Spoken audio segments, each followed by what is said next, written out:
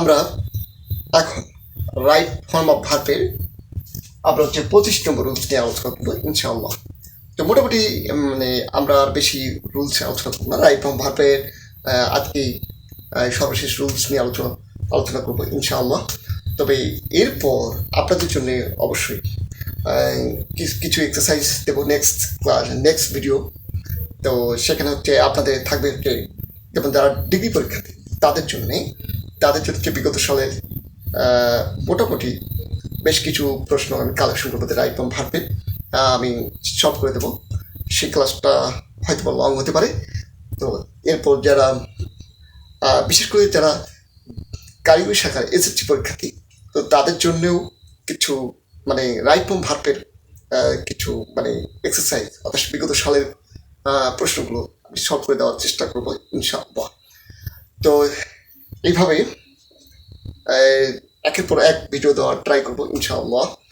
তো সেই সঙ্গে সেই ক্লাসগুলো দেখার জন্য সকলকে ইনভাইটেশন করলাম।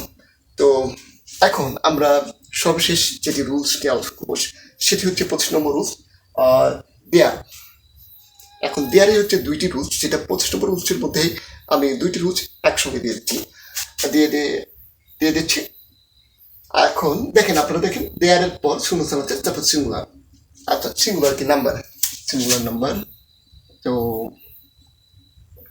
আচ্ছা, এখন আপনারা দেখতে পাচ্ছেন দেয়ার পর শূন্যস্থান, তারপর সিঙ্গুলার নাম্বার, দেয়ার পর শূন্যস্থান, আবার প্লুরাল নাম্বার। কি হবে শূন্যস্থানের মধ্যে কি হবে? এখন দেখেন আমি সংক্ষেপে লেখা ট্রাই করছি। ভিতে কি ভার্ব, ভিতে ভার্ব, আর যদি সিঙ্গুলার হয় তাহলে ভার্বটা সিঙ্গুলার হবে, আর এটা যদি ভার্বটা তাহলে এটা হচ্ছে ভার্ব, পিতে হচ্ছে প্লুরাল। এটি আমি আমি আমি একটু বোঝানোর জন্য এইভাবে লিখলাম। তো ভিতে ভার্ব এস দ্য সিঙ্গুলার, ভিতে ভার্ব পিতে হচ্ছে প্লুরাল, এটা অন্য কিছু ভাবা দরকার নেই। আচ্ছা, শব্দ হচ্ছে কি দুইটা। দেয়ারের পরে আমি সিঙ্গুলার ভাব লিখবো কিনা প্লুরাল ভাব লিখবো, এইটা হচ্ছে বিষয়টা। আমাকে কি করতে হবে, শূন্যস্থানের পরে অংশটার দিকে আমাকে তাকাতে হবে। এই যে শূন্যস্থানের পরে যদি সিঙ্গুলার নাম্বার হয়, দেয়ারও যদি থাকে, দুইটা শব্দ মনে রাখবেন, দেয়ার থাকতে হবে, সিঙ্গুলার থাকতে হবে, তাহলে কি হবে, ভাবটা অবশ্যই সিঙ্গুলার হতে হবে। আচ্ছা, তাহলে আমরা কি পাইলাম, দেয়ার এ কলেজ, কয়টি কলেজ, একটি কলেজ, তাহলে কয়টি কলেজ, এ কলেজ মানে একটি কলেজ। যদি একটি কলেজ হয়, দেয়ার আছে একটি কলেজ, তাহলে এটা কি হচ্ছে, এটা হচ্ছে সিঙ্গুলার। যদি সিঙ্গুলার নাম্বার হয় তাহলে কয়টি কলেজ, একটি কলেজ। মনে রাখতে হবে দেয়ার আছে, তারপরে এটা সিঙ্গুলার আছে, তাহলে কি ভাবটা হবে আমাদের সিঙ্গুলার, তাহলে বি সিঙ্গুলার কি ইজ, বি সিঙ্গুলার ইজ।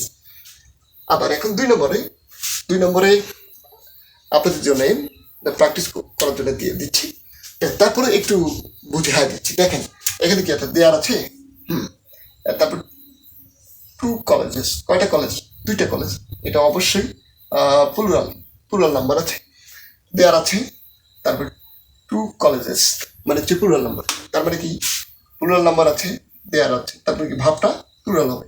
তাহলে এই বি ভাবটা প্লুরাল কি, এটা আপনারা অবশ্যই এটা বাসায় প্র্যাকটিস করবেন ইনশাআল্লাহ। Thank you very much.